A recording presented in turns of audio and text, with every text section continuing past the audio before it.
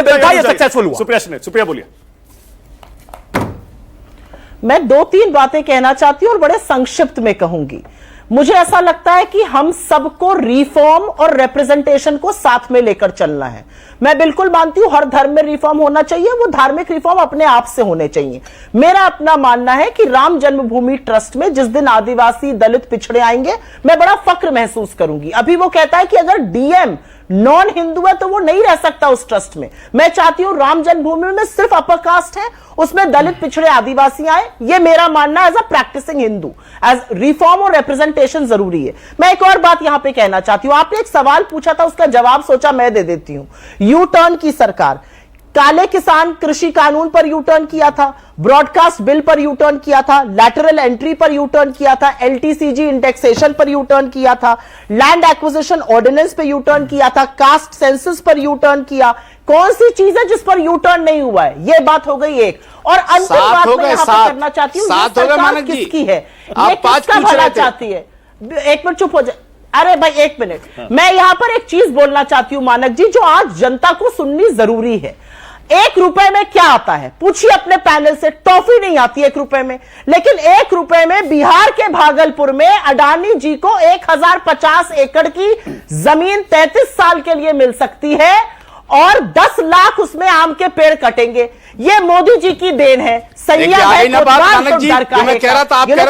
किसकी सरकार है? ये सरकार जो है ये पूंजीपतियों की है, ये सरकार क्रोनी कैपिटलिस्ट की है ना। ये हिंदू का भला करती, क्योंकि उनको तो गरीब बना रही है, उनको बेरोजगार रख रही है, उनकी कैपिटल इनकम कम है।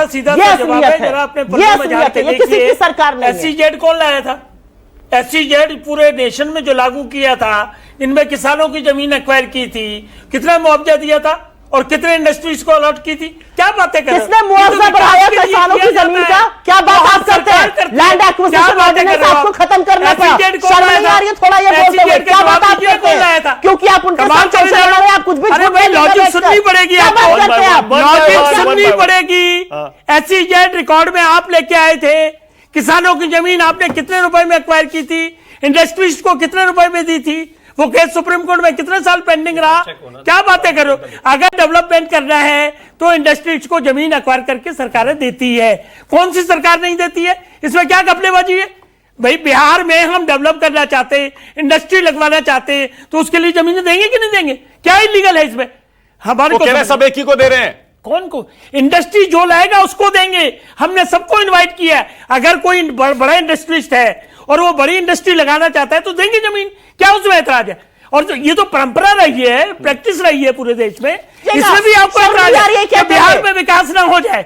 इनका मतलब यह है कि बिहार में विकास नहीं होना चाहिए, जमीन नहीं देनी चाहिए, इंडस्ट्री नहीं आनी चाहिए। क्या मतलब हुआ इन बातों का? 30 सेकंड।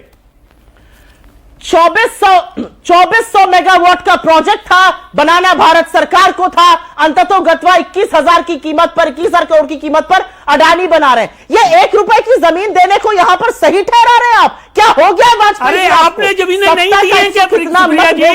आपकी सरकारें थी तो आपने जमीनें नहीं दी है क्या? इस बात का जवाब कौन देगा? चुका है आपका दिमाग। लिस्ट पूरा बना के मैं दिखाऊंगा। टाइम खत्म हो रहा है। एक सेकंड, टाइम खत्म हो रहा है। एक सेकंड रुकिएगा। प्रियंका कक्कड़ 30 सेकंड्स। प्रियंका 30 सेकंड जल्दी से। देखिए, मुझे लगता है कि we have to hold our constitution above everything else. बार बार हम देखते हैं कि सुप्रीम कोर्ट को इंटरफियर करना पड़ता है, ये बहुत रेयर होता है मानक जी। इट शोज कि भाजपा या तो कम पढ़ी लिखी सरकार है, या इनको कोई मतलब नहीं है देश के लोगों की भावनाओं से, या इनको समझ नहीं आती कानून की। मुझे नहीं पता, इनसे पूछ लीजिए। हर चीज जो ये लाते हैं वो असंवैधानिक ठहराई जाती है। ये शेमफुल बात है।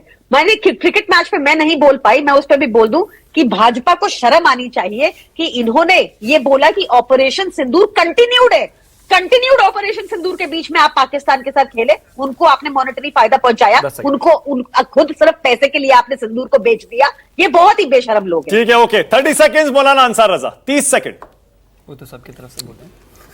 देखिए मानक जी, बड़ा शुक्रिया, आपने आखिरी टाइम पे 30 सेकंड दिए। ये जो सुप्रीम कोर्ट का फैसला आया है सर आंखों पर, अभी वाजपेयी साहब कह रहे थे कि कांग्रेस ने जमीनें दे दी थी, ये कर दिया था, वो गया। वाजपेयी साहब, वो जमाना अलग था, आज का जमाना अलग है। 10 लाख पेड़ों की जमीन को आप किस तरह से बंटर बाट कर रहे हैं, और ये ठीक नहीं है। मैं एक बात कहना, जो फैसला आया है, क्या इस फैसले में ये चीज मेंशन है क्या कि जो वक्फ की जमीनें पुराने लोग आज तक जिनका किराया 1-1, 1.5 लाख रुपए होना चाहिए था, वो 5 रुपया के लीज पर दुकानें हैं क्या? उस पर कोई फैसला आया क्या? उस पर ये चुनावी देशभक्त बोलेंगे कि नहीं बोलेंगे? आप कह रहे हैं हम वक्फ की जमीनों को सिक्योर करना चाहते हैं, शिवम त्यागी, तो हमें वो किराया भी तो दिलवाइए वक्फ बोर्ड को। शिवम, पहला, राम मंदिर ट्रस्ट में कहा कि कोई दलित नहीं है, झूठ बोल रही है सुप्रिया श्रीनेत जी, एक दलित वहां पर है। इसके अलावा पुजारियों में भी 2 ओबीसीज भी हैं और एक दलित भी है। सो कृपया करके ये झूठ फैलाना बंद करिए। दूसरी एक और चीज कही अंसार राजा ने कि ये वक्फ पर शिवम त्यागी तय करेंगे क्या कौन रहेगा कौन नहीं रहेगा। इस देश में 200 जब वक्फ पर वोटिंग हुई है उसमें 232 सांसदों ने वक्फ के समर्थन में वोट किया है, जिसमें मुस्लिम मात्र 24 है। तो वक्फ के समर्थन के लिए अगर हिंदू खड़ा हुआ है तो इसमें हिंदू मुस्लिम का विषय मत लाइए। यह विषय साफ इस बात का है कि कोई भी अवैध कब्जे अगर होंगे कहीं पर भी, सरकारी संपत्ति पर वक्फ अगर कब्जे करेगा, इस तरह की चीजें होगी तो हिंदू या मुस्लिम उसको छोड़ा नहीं जाएगा और कानून के तहत उसको लाना चाहिए। और ये जो आपका रेंटिंग का विषय है बिल्कुल ठीक है, ये 10-10 रुपए की लीज पर आपके बहुत सारे मौलाना लाखों की रेंट की जमीनों को फ्री बराबर लेकर बैठे, यही तो ठीक करना है। सही जगह ले आए आप अंत में, यही सही जगह ले आए आप। इसी नोट पे खत्म कर रहा हूं। आज बहुत सारे मुद्दों पर बहस हुई है। आप इन मुद्दों के बारे में क्या सोचते हैं कमेंट में जरूर बताइएगा। छोटा सा ब्रेक ले रहा हूं। Thank you so much. Foreign लौट रहे हैं।